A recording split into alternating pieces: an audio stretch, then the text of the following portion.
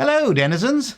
Former network executive reaction is going to discuss Disney Pixar's Lightyear. Perhaps Disney can just stop leeching off the past glory of Pixar and just call their 3D animations Disney or just straight to Disney Plus. If you've seen Disney's trailers for their upcoming Strange World, the animation style is not that different from Lightyear, so why bother tossing in the Pixar brand? Anyway, I want to present to you why I have no interest in going to see Lightyear. It will be the first Pixar-labeled movie I have not seen, other than Turning Red, which I wanted to see, but it only came out on Disney Plus, which I don't subscribe to. I would have seen Turning Red if it had come out in the theaters. So, I write this not having seen Lightyear. Its trailer was enough for me to see that they missed the mark. Sure, I could go and very well come back and discover that I was full of shit and that my assumptions were entirely wrong. You know what they say about assuming. They make asses out of you and me.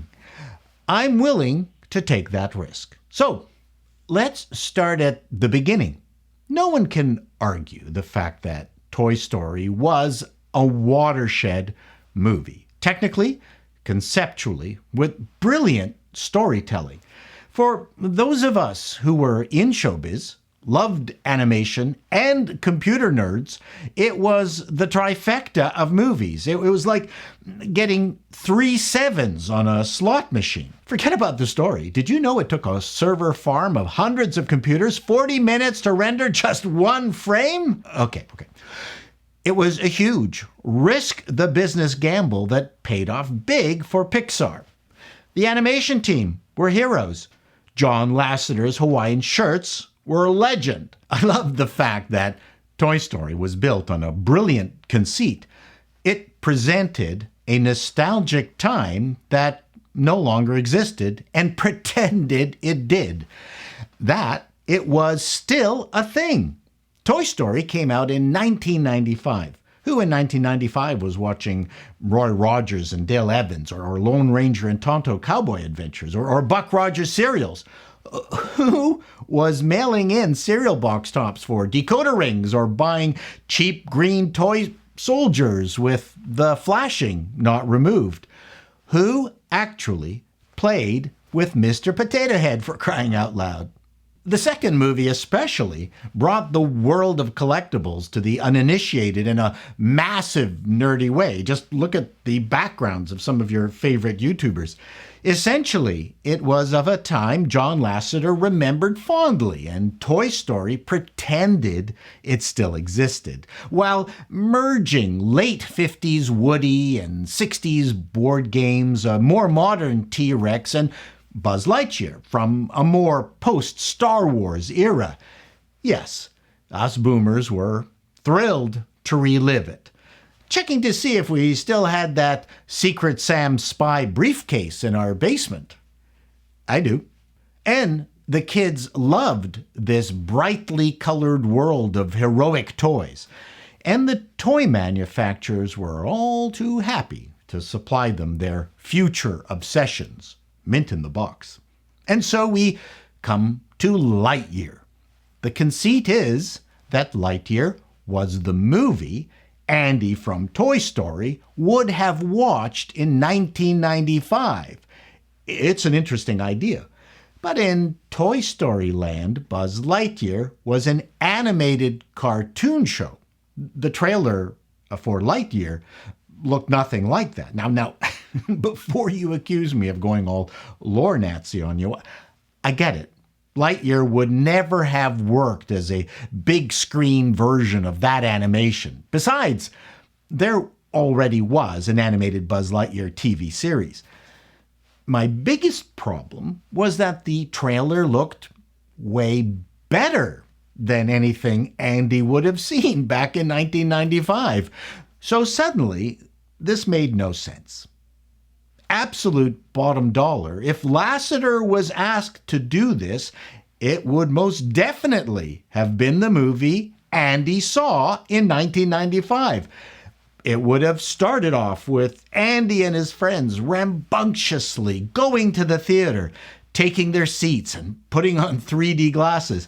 It would have had hilariously bad 3D, the kids screaming with joy, and then the sound would get muffled as the camera pulled back into the mind of Andy, and then we would see what he was imagining in full 3D Pixar glory.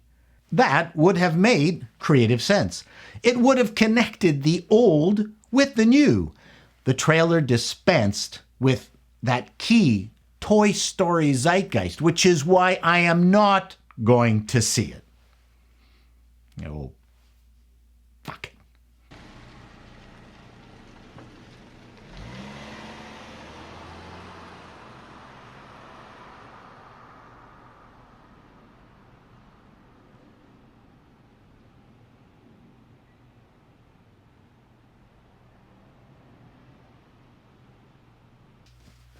Okay, I'm back. While the premise of why I wasn't going to watch Lightyear was, I thought, pretty good, I thought it would have made an unsatisfying conclusion for you, my denizens. I owed it to you that I go back and see the damn thing to see if my central theory was correct. Well, the movie actually does start with the text, "In 1995, Andy got a toy. That toy was based on a movie. This is that movie." Now, according to director Angus MacLean, he had envisioned that the movie had come out in the late 80s, early 90s, and Andy saw it on VHS. Fine. Bottom line, I was right in my prologue.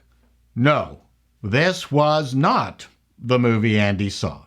And along with my mandatory spoiler warning, my other spoiler warning is that Chris Evans sucks in this.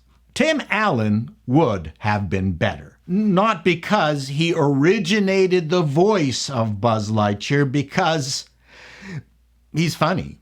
And the funny parts would actually have been funny. And the asshole parts would have been genuinely assholey.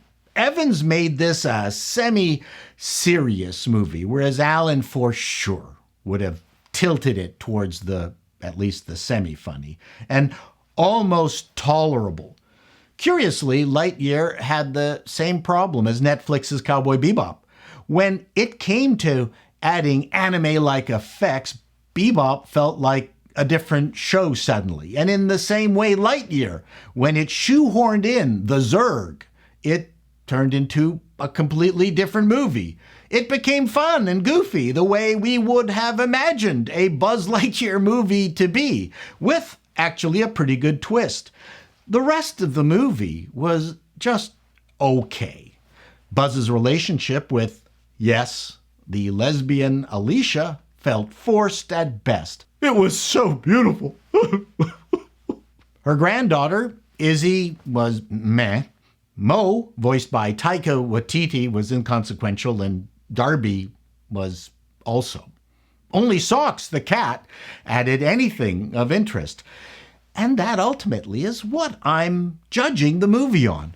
What new toys will it generate? Socks the cat for sure.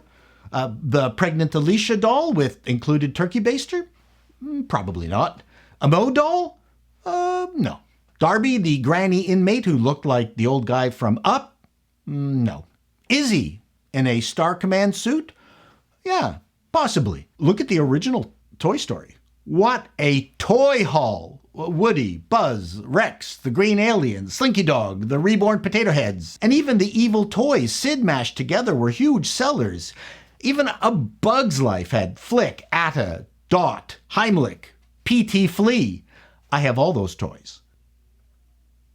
For being the alleged forebearer of Andy's obsession with Buzz Lightyear, I just could not imagine a movie from the 1990s designed to sell toys to have generated so few. Even the animated Buzz Lightyear had Mira, Booster, and XR. I understand where the creative team were going with Lightyear.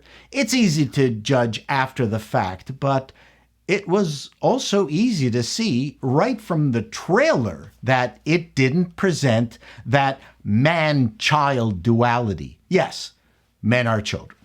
That was what made Toy Story monstrously successful. Get over it. Finally, to address the girl-on-girl action in Lightyear, it is so immaterial and so lightly handled that anyone having any issues with it has serious issues, notwithstanding the fact that something like this would never have made it into a movie of that era. It's not wrong in of itself. It's wrong because it's inauthentic. It has studio management's greasy fingers all over it. There was a time when some sleazy executive producer would force his large-breasted girlfriend into a movie. I don't know what's worse. Till next time, denizens, be seeing you.